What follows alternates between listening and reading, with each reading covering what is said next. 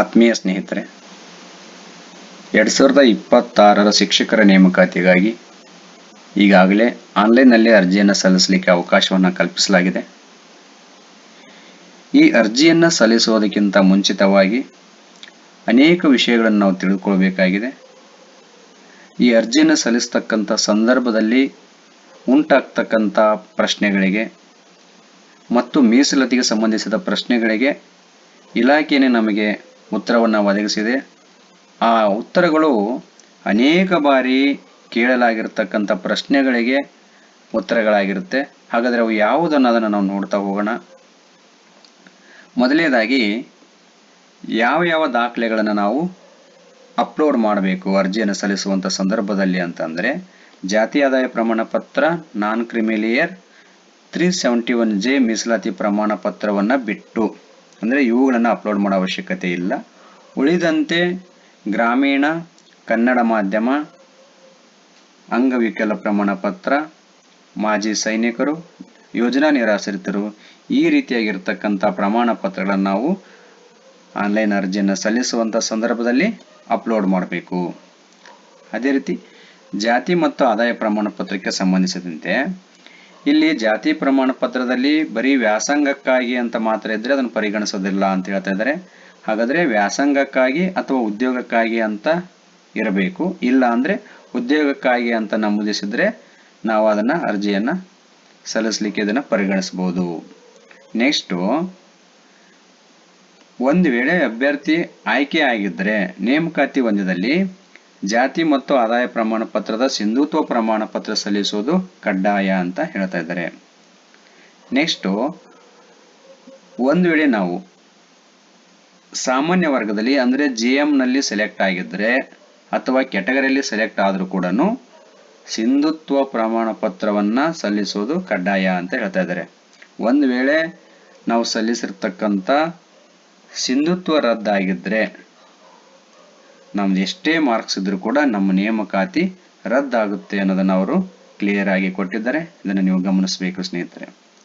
Next, ಪರಿಶಿಷ್ಟ ಜಾತಿಗೆ ಸಂಬಂಧಿಸಿದಂತೆ ಅಭ್ಯರ್ಥಿಗಳು ನಮೂನೆ D ಯಲ್ಲಿ ಪ್ರವರ್ಗ A, ಪ್ರವರ್ಗ B, ಪ್ರವರ್ಗ C ಎಂಬುದಾಗಿ ನಮೂದಿಸಿದ ಜಾತಿ ಪ್ರಮಾಣ ಪತ್ರವನ್ನು ಪಡೆದಿರುವುದು ಕಡ್ಡಾಯ ಅಂತ ಹೇಳ್ತಾ ಇದ್ದಾರೆ.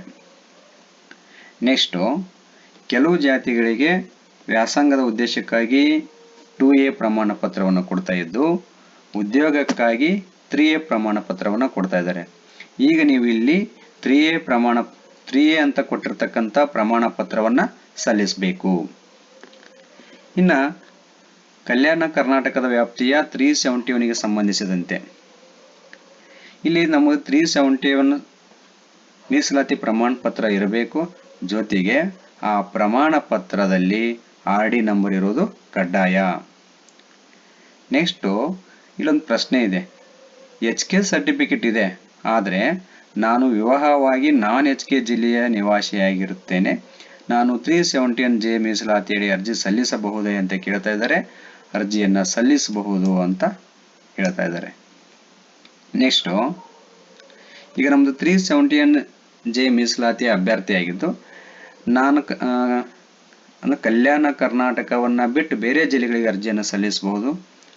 ಅದೇ ರೀತಿಯಾಗಿ ಇನ್ನು ನಾವು 371J ಮೀಸಲಾತಿ ಅಭ್ಯರ್ಥಿಯಾಗಿರ್ತೀವಿ. ಕಲ್ಯಾಣ ಕರ್ನಾಟಕ ಜಿಲ್ಲೆಗಳಲ್ಲಿ ಏನು ನಾನ್ HK ಸೀಟ್ಗಳಿರ್ತಾವಲ್ಲ, 20% ಹುದ್ದೆ, ಅವುಗಳಿಗೂ ಕೂಡ ನಾವೇನು ಮಾಡ್ಬೋದಪ್ಪ ಅಂದರೆ ಅರ್ಜಿಯನ್ನು ಸಲ್ಲಿಸಬಹುದು ಅಂತ ಹೇಳ್ತಾ ಇದ್ದಾರೆ. ನೆಕ್ಸ್ಟು, ಒಬ್ಬ ನಾನ್ HK ಕ್ಯಾಂಡಿಡೇಟು ಕಲ್ಯಾಣ ಕರ್ನಾಟಕದ ಜಿಲ್ಲೆಗಳಲ್ಲಿ ಏನು 20% ಹುದ್ದೆಗಳಿರ್ತಾವಲ್ಲ ಅವುಗಳಿಗೂ ಕೂಡ ಅರ್ಜಿಯನ್ನು ಸಲ್ಲಿಸಬಹುದು. ನೆಕ್ಸ್ಟು, ನಾನು 371J ಮೀಸಲಾತಿಯ ಅಭ್ಯರ್ಥಿಯಾಗಿದ್ದು ನಾನು GBA ವ್ಯಾಪ್ತಿಯ ಬೆಂಗಳೂರು ಕೇಂದ್ರ ಜಿಲ್ಲೆ ಮತ್ತು ಬೆಂಗಳೂರು ಉತ್ತರ ಜಿಲ್ಲೆಗಳಲ್ಲಿ 8% ಹುದ್ದೆಗಳಿಗೆ ಅರ್ಜಿ ಸಲ್ಲಿಸಬಹುದು ಅಂತ ಹೇಳ್ತಿದ್ದಾರೆ. ನಿಗದಿತ ಶುಲ್ಕದೊಂದಿಗೆ ಅರ್ಜಿಯನ್ನು ಸಲ್ಲಿಸಬಹುದು ಅಂತ ಉತ್ತರ ಇದೆ.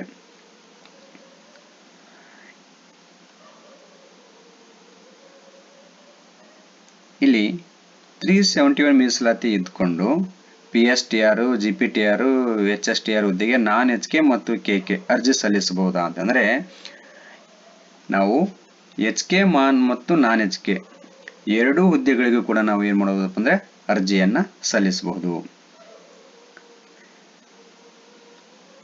ನೆಕ್ಸ್ಟ್ ಈ 371J ಮೀಸಲಾತಿಯಲ್ಲಿ ಅಂದ್ರೆ HK ಸರ್ಟಿಫಿಕೇಟ್ ಇದೆಯಲ್ಲ, ಆ ಸರ್ಟಿಫಿಕೇಟ್ ಅಲ್ಲಿ ವಿದ್ಯಾಭ್ಯಾಸ ಮತ್ತು ಸರ್ಕಾರಿ ಸೌಲಭ್ಯ ಅಂತ ಇದ್ರೆ ಅದನ್ನ ನಾವು ಪರಿಗಣಿಸ್ತೀವಿ ಅಂತ ಹೇಳ್ತಾ ಇದ್ದಾರೆ. ನೆಕ್ಸ್ಟ್ ಇನ್ನ ಗ್ರಾಮೀಣ ಮೀಸಲಾತಿ ಕುರಿತು ನೋಡ್ರಿ, ಒಬ್ಬ GM ಕ್ಯಾಂಡಿಡೇಟು ಅವರು ಆದಾಯದ ಮಿತಿ ಅಂದ್ರೆ ಕುಟುಂಬದ ಆದಾಯದ ಮಿತಿ 18 ಲಕ್ಷಕ್ಕಿಂತ ಜಾಸ್ತಿ ಇದೆ ಅಂದ್ರೆ ಅವರು ಗ್ರಾಮೀಣ ಮೀಸಲಾತಿ ತಗೋಬಹುದಾ ಅಂತ ಕೇಳ್ತಾ ಇದ್ದಾರೆ. ನೋಡ್ರಿ, ಅವರು ಕೆನೆ ಪದರ ನೀತಿ ಅನ್ವಯಿಸುವುದರಿಂದ ಅಂದ್ರೆ 8 ಲಕ್ಷಕ್ಕಿಂತ ಜಾಸ್ತಿ ಆದಾಯ ಇರೋದ್ರಿಂದ ಅವರಿಗೆ ಗ್ರಾಮೀಣ ಮೀಸಲಾತಿ ಅನ್ವಯ ಆಗಲ್ಲ. ಅಂದ್ರೆ ಅನ್ವಯ ಆಗಲ್ಲ ಅಂದ್ರೇನು, ಅದನ್ನ ನಾವು ಮೀಸಲಾತಿನ ಪಡ್ಲಿಕ್ಕೆ ಸಾಧ್ಯ ಇಲ್ಲ ಅಂತ. ಅದೇ ರೀತಿಯಾಗಿ ಒಬ್ಬ ಸಾಮಾನ್ಯ ಅಭ್ಯರ್ಥಿ ಅಂದ್ರೆ GM ಅಭ್ಯರ್ಥಿ ಕುಟುಂಬದ ಆದಾಯ ವಾರ್ಷಿಕ 8 ಲಕ್ಷಕ್ಕಿಂತ ಕಡಿಮೆ ಇದೆ, ಹಾಗಾದ್ರೆ ಅವರು ಗ್ರಾಮೀಣ ಮೀಸಲಾತಿಯನ್ನ ತಗೋಬಹುದಾ ಅಂತ ಕೇಳ್ತಾ ಇದ್ದಾರೆ. ಹೌದು, ಗ್ರಾಮೀಣ ಮೀಸಲಾತಿಯನ್ನ ತಗೋಬಹುದು. ಆದರೆ ಅದಕ್ಕೆ ಸಂಬಂಧಿಸಿದಂತೆ ನಮೂನೆ 1ರಲ್ಲಿ RD ನಂಬರ್ 1 ಇರುವ ಪ್ರಮಾಣ ಪತ್ರವನ್ನು ತಹಸೀಲ್ದಾರರಿಂದ ಪಡೆದಿರಬೇಕು ಅಂತ ಹೇಳ್ತಾ ಇದ್ದಾರೆ.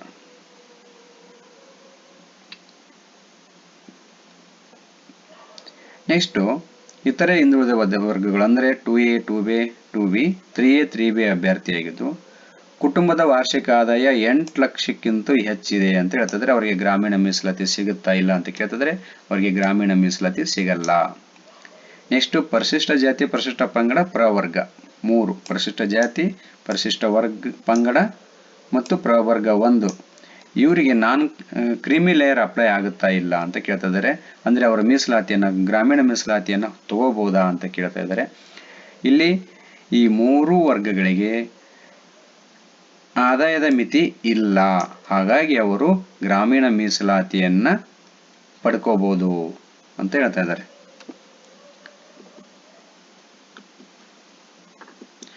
ನೆಕ್ಸ್ಟ್ ಒಬ್ಬ ಸಾಮಾನ್ಯ GM ಕ್ಯಾಂಡಿಡೇಟು ಅವರ ವಾರ್ಷಿಕ ಆದಾಯ 8 ಲಕ್ಷಕ್ಕಿಂತ ಕುಟುಂಬದ ವಾರ್ಷಿಕ ಆದಾಯ 8 ಲಕ್ಷಕ್ಕಿಂತ ಜಾಸ್ತಿ ಇದೆ, ಅವರು ಕೆನೆ ಪದರ ಮಿತಿಗೆ ಒಳಪಡ್ತಾರೆ. ಇವರು ಗ್ರಾಮೀಣ ಮೀಸಲಾತಿಯನ್ನು ಹೊರತುಪಡಿಸಿ ಉಳಿದ ಮೀಸಲಾತಿಗಳಾದ ಮಾಜಿ ಸೈನಿಕ, ಕನ್ನಡ ಮಾಧ್ಯಮ, ಅಂಗವೈಕಲ್ಯ, ಯೋಜನಾ ನಿರಾಶ್ರಿತ, ತೃತೀಯ ಲಿಂಗ ಈ ರೀತಿಯಾಗಿರ್ತಕ್ಕಂಥ ಮೀಸಲಾತಿಯನ್ನ ಕೋರಬಹುದೇ ಅಂತ ಹೇಳ್ತಾ ಇದ್ದಾರೆ. ಹೌದು, ಕೋರಬಹುದು, ಮೀಸಲಾತಿಯನ್ನ ಪಡಿಬಹುದು.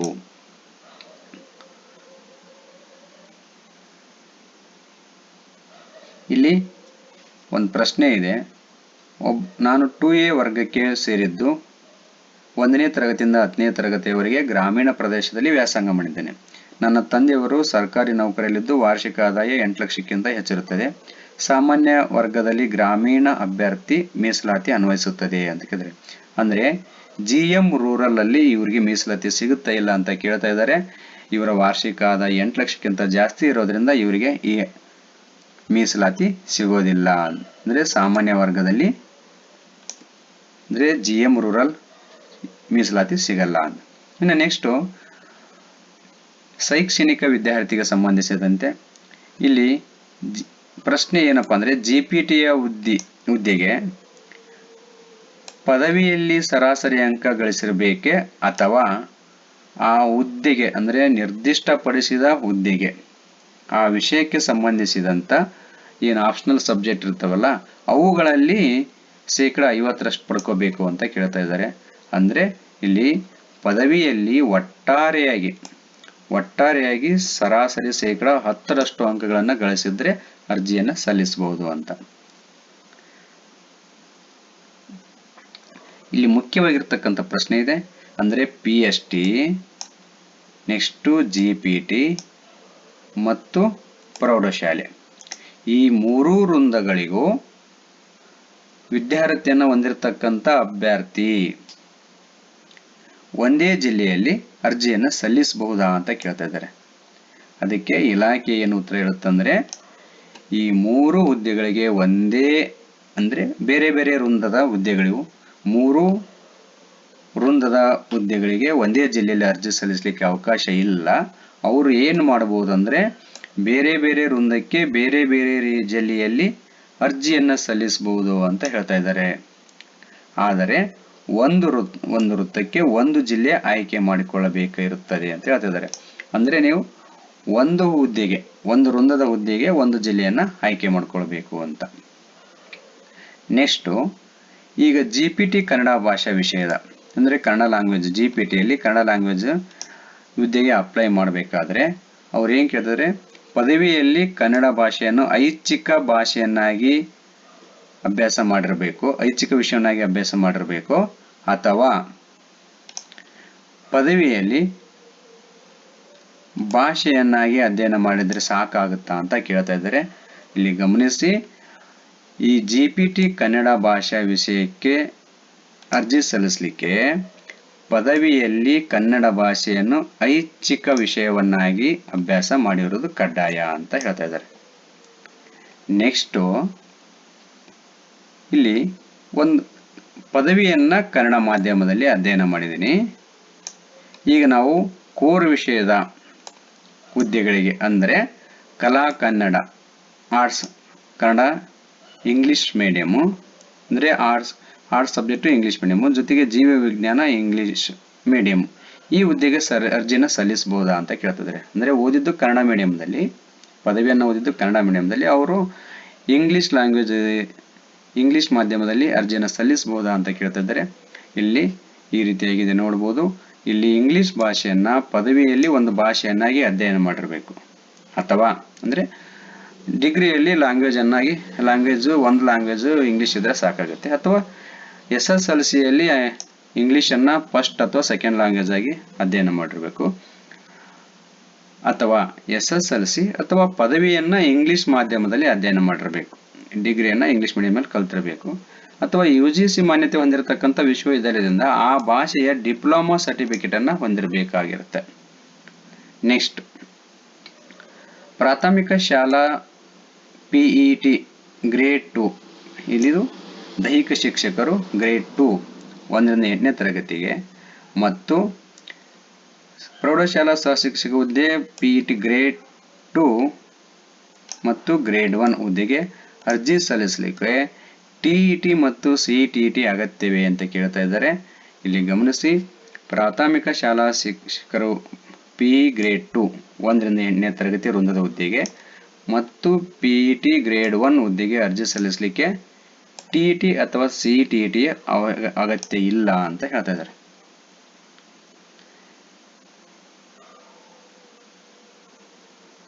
ನೆಕ್ಸ್ಟ್, 1ರಿಂದ 5ಕ್ಕೆ ಅರ್ಜಿಯನ್ನು ಸಲ್ಲಿಸಬೇಕಂದ್ರೆ, ಅಂದರೆ PhDಗೆ ಅರ್ಜಿ ಸಲ್ಲಿಸಲಿಕ್ಕೆ TET ಮತ್ತು TET ಅಗತ್ಯವೇ ಅಂತ ಕೇಳ್ತಾ ಇದ್ದಾರೆ.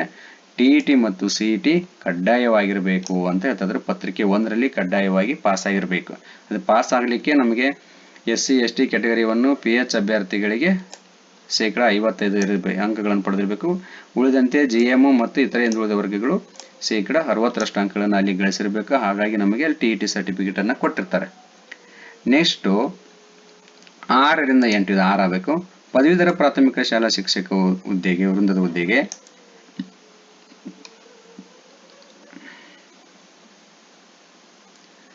TET ಅನ್ನು ಹೊಂದಿರಬೇಕಾ ಅಂತ ಕೇಳಿದರೆ, ಹೌದು, TET ಅಥವಾ CTET ಪತ್ರಿಕೆ 2ರಲ್ಲಿ ಕಡ್ಡಾಯವಾಗಿ ಪಾಸ್ ಆಗಿರಬೇಕು ಅಂತ ಹೇಳ್ತಾರೆ. ಅಂದರೆ 1ರಿಂದ 5 ಮತ್ತು 6ರಿಂದ 8 ಈ ಹುದ್ದೆಗಳಿಗೆ ಅರ್ಜಿಯನ್ನು ಸಲ್ಲಿಸಲಿಕ್ಕೆ TET ಅನ್ನು ಕಡ್ಡಾಯವಾಗಿ ಪಾಸ್ ಆಗಿರಲೇಬೇಕು. ಇನ್ನು ನೆಕ್ಸ್ಟು ಸೇವಾನಿರತ ಅಭ್ಯರ್ಥಿಗಳಿಗೆ, ಇಲ್ಲಿ ಒಬ್ಬ ಸೇವಾನಿರತ ಅಭ್ಯರ್ಥಿ NOC ಅರ್ಜಿಯನ್ನು ಸಲ್ಲಿಸಬೇಕಾ ಅಂತ ಕೇಳ್ತಂದ್ರೆ, ಅರ್ಜಿಯೊಂದಿಗೆ ಸಲ್ಲಿಸಬೇಕಾ, ಈ ಸದ್ಯ ಆನ್ಲೈನಲ್ಲಿ ಅಪ್ಲೋಡ್ ಮಾಡಬೇಕಾ ಅಂತ ಕೇಳ್ತಾ ಇದ್ದಾರೆ. ಇಲ್ಲ, ಅವಶ್ಯಕತೆ ಇಲ್ಲ. ಆದರೆ ಈ ಸೆಲೆಕ್ಟ್ ಆದಮೇಲೆ ಡಾಕ್ಯುಮೆಂಟ್ ವೆರಿಫಿಕೇಷನ್ ಟೈಮಲ್ಲಿ ಅವರು ಕಡ್ಡಾಯವಾಗಿ ಅದನ್ನು ಸಲ್ಲಿಸಬೇಕಾಗುತ್ತೆ. ನೆಕ್ಸ್ಟು, ಈಗಾಗಲೇ ನೋಡ್ರಿ GPT ಶಿಕ್ಷಕನಾಗಿ ಕೆಲಸ ಮಾಡ್ತಾ ಇದ್ದಾರೆ. ಆಲ್ರೆಡಿ ಈಗ GPT ಶಿಕ್ಷಕರಾಗಿದ್ದಾರೆ. ನೆಕ್ಸ್ಟು ಈ ವರ್ಷದಲ್ಲಿ GPT ಹುದ್ದೆಗೆ ಮತ್ತೆ ಅರ್ಜಿಯನ್ನು ಸಲ್ಲಿಸಲಿಕ್ಕೆ ಅವಕಾಶ ಇದೆನಾ ಅಂತ ಕೇಳಿದ್ದಾರೆ. ಗಮನಿಸಿ, ಇದು ಒಂದೇ ವೃಂದದ ಹುದ್ದೆ ಆಗಿರೋದ್ರಿಂದ ಮತ್ತೊಮ್ಮೆ ಈಗಾಗಲೇ GPT ಶಿಕ್ಷಕರಾಗಿದ್ದು ಇದು ಒಂದೇ ವೃಂದ ಆಗಿರೋದ್ರಿಂದ ಮತ್ತೊಮ್ಮೆ GPT ಹುದ್ದೆಗೆ ಅರ್ಜಿ ಸಲ್ಲಿಸಲಿಕ್ಕೆ ಅವಕಾಶ ಇರೋದಿಲ್ಲ. ಇದನ್ನು ಗಮನಿಸಬೇಕು. ನೆಕ್ಸ್ಟು, ಈಗ ಆಲ್ರೆಡಿ GPT ಟೀಚರ್ ಆಗಿದ್ದುಕೊಂಡು ಅವರು ಪ್ರೌಢಶಾಲಾ ಶಿಕ್ಷಕರ ಹುದ್ದೆಗೆ ಅರ್ಜಿಯನ್ನು ಸಲ್ಲಿಸಬಹುದಾ ಅಂತ ಕೇಳಿದರೆ ಹೌದು, ಅರ್ಜಿಯನ್ನು ನೀವು ಸಲ್ಲಿಸಬಹುದು. ಅರ್ಜಿ ಸಲ್ಲಿಸಲಿಕ್ಕೆ ಅವಕಾಶವಿದೆ ಅಂತ ಹೇಳ್ತಾ ಇದ್ದಾರೆ. ನೆಕ್ಸ್ಟು, ಅನುದಾನಿತ ಶಾಲೆಯಲ್ಲಿ ಕೆಲಸ ಮಾಡ್ತಾ ಇದ್ರೆ ಸರ್ಕಾರಿ ಪ್ರೌಢಶಾಲಾ ಶಿಕ್ಷಕರ ಹುದ್ದೆಗೆ ಅರ್ಜಿಯನ್ನು ಸಲ್ಲಿಸಬಹುದಾ ಅಂತ ಕೇಳ್ತಾ ಇದ್ದಾರೆ. ಹೌದು, ಅರ್ಜಿಯನ್ನು ಅವರು ಸಲ್ಲಿಸಬಹುದು. ಅಂದ್ರೆ ಅನುದಾನಿತ ಶಾಲೆಯಲ್ಲಿ ಕೆಲಸ ಮಾಡ್ತಾ ಇದ್ದರೆ ಈಗ ಅವರು ಸರ್ಕಾರಿ ಪ್ರೌಢಶಾಲಾ ಶಿಕ್ಷಕರ ಹುದ್ದೆಗೆ ಅರ್ಜಿಯನ್ನು ಸಲ್ಲಿಸಬಹುದು. ನೆಕ್ಸ್ಟು, ನಮ್ಮ ಇಲಾಖೆಯನ್ನು ಹೊರತುಪಡಿಸಿ ಬೇರೆ ಇಲಾಖೆಯಲ್ಲಿ ಕೆಲಸ ಮಾಡ್ತಾ ಇದ್ರೆ ಅವರು NOC ಅರ್ಜಿಯನ್ನ ಈಗ ಸದ್ಯ ಸಲ್ಲಿಸಬಹುದಾ ಅಂತ ಕೇಳ್ತಾ ಇದ್ದಾರೆ. ಇಲ್ಲಿ ಕೂಡ ಅದೇ ಪ್ರಶ್ನೆ. ಈ ಸದ್ಯ NOCಯನ್ನ ಸಲ್ಲಿಸುವಂತ ಅವಶ್ಯಕತೆ ಇಲ್ಲ. ಆದರೆ ಆಯ್ಕೆಯಾಗಿ 1:2 ಡಾಕ್ಯುಮೆಂಟ್ ವೆರಿಫಿಕೇಶನ್ ಟೈಮಲ್ಲಿ ಅದನ್ನು ನಾವು ಹಾಜರುಪಡಿಸಬೇಕಾಗುತ್ತೆ ಅಂತ. ನೆಕ್ಸ್ಟು, ಯೋಜನಾ ನಿರಾಶ್ರಿತ ಅಭ್ಯರ್ಥಿಗಳಿಗೆ ಸಂಬಂಧಿಸಿದಂತೆ ವಿವಾಹಿತ ಮಹಿಳೆಯಾಗಿದ್ದು ತಂದೆಯ ಹೆಸರಿನಲ್ಲಿ ಪಡೆದ ಯೋಜನಾ ನಿರಾಶ್ರಿತ ಪ್ರಮಾಣ ಪತ್ರ ಸಲ್ಲಿಸಬಹುದೇ ಅಂತ ಕೇಳ್ತಿದ್ರೆ ಸಲ್ಲಿಸಬಹುದು. ಆದರೆ ನಮೂನೆಯಲ್ಲಿ ಅಭ್ಯರ್ಥಿ ಹೆಸರು ಸ್ಪಷ್ಟವಾಗಿ ನಮೂದಾಗಿರಬೇಕು ಅಂತ ಹೇಳ್ತಾ ಇದ್ದಾರೆ. ಸ್ನೇಹಿತರೆ, ಈ ಎಲ್ಲ ಪ್ರಶ್ನೆಗಳಿಗೆ ಉತ್ತರಗಳನ್ನ ಇಲಾಖೆಯು ಕಾಲಕಾಲಕ್ಕೆ ಹೊರಡಿಸಲಾಗಿರ್ತಕ್ಕಂಥ ಸುತ್ತೋಲೆ, ಆದೇಶ, ಅಧಿಸೂಚನೆಗಳಿಗೆ ಸಂಬಂಧಿಸಿದಂತೆ ಉತ್ತರಗಳನ್ನು ಅವರು ಇಲ್ಲಿ ನಮಗೆ ಕೊಟ್ಟಿದ್ದಾರೆ. ಸ್ನೇಹಿತರೆ, ಅರ್ಜಿಯನ್ನ ಸಲ್ಲಿಸೋಕ್ಕಿಂತ ಮುಂಚಿತವಾಗಿ ಎಲ್ಲ ಅಂಶಗಳನ್ನ ಮತ್ತೊಂದು ಸರಿ ನೀವು ಪರಿಗಣಿಸಿ ಸರಿಯಾಗಿ ಅರ್ಥೈಸಿಕೊಂಡ ನಂತರದಲ್ಲಿ ಅರ್ಜಿಯನ್ನ ಸಲ್ಲಿಸಿದರೆ ನಿಮಗೆ ಅರ್ಜಿ ಸಲ್ಲಿಸುವಾಗ ಅಥವಾ ಸಲ್ಲಿಸಿದ ನಂತರ ನೀವು ಹುದ್ದೆಗೆ ಆಯ್ಕೆಯಾಗಿದ್ದಲ್ಲಿ ಮುಂದೆ ಯಾವುದೇ ರೀತಿಯ ತೊಂದರೆ ಆಗದಂತೆ ನೀವು ಕೂಡ ಶಿಕ್ಷಕರಾಗಿ ಕೆಲಸ ಮಾಡಬಹುದು. ಅಂದರೆ ತಾವು ಕೂಡ ಆ ಹುದ್ದೆಯನ್ನ ಪಡಿಬಹುದು ಅಂತ ತಮ್ಮೆಲ್ಲರಿಗೂ ಹೇಳ್ತಾ, ತಮ್ಮೆಲ್ಲರಿಗೂ ಆಲ್ ದಿ ಬೆಸ್ಟ್ ಹೇಳುತ್ತಾ ತಾವು ಅರ್ಜಿಯನ್ನು ಸಲ್ಲಿಸಿ ಜೊತೆಗೆ ಆಯ್ಕೆಯಾಗಲಿ ಅಂತ ನಾನು ತಮ್ಮೆಲ್ಲರಿಗೂ ಆಶಿಸುತ್ತಾ ಈ ವಿಡಿಯೋನ ಇಲ್ಲಿವರೆಗೆ ನೋಡಿದ್ದಕ್ಕಾಗಿ ತಮ್ಮೆಲ್ಲರಿಗೂ ಧನ್ಯವಾದಗಳನ್ನು ತಿಳಿಸುತ್ತಾ ಈ ವಿಡಿಯೋನ ಮುಗಿಸ್ತಾ ಇದ್ವಿ. ನಮಸ್ಕಾರ.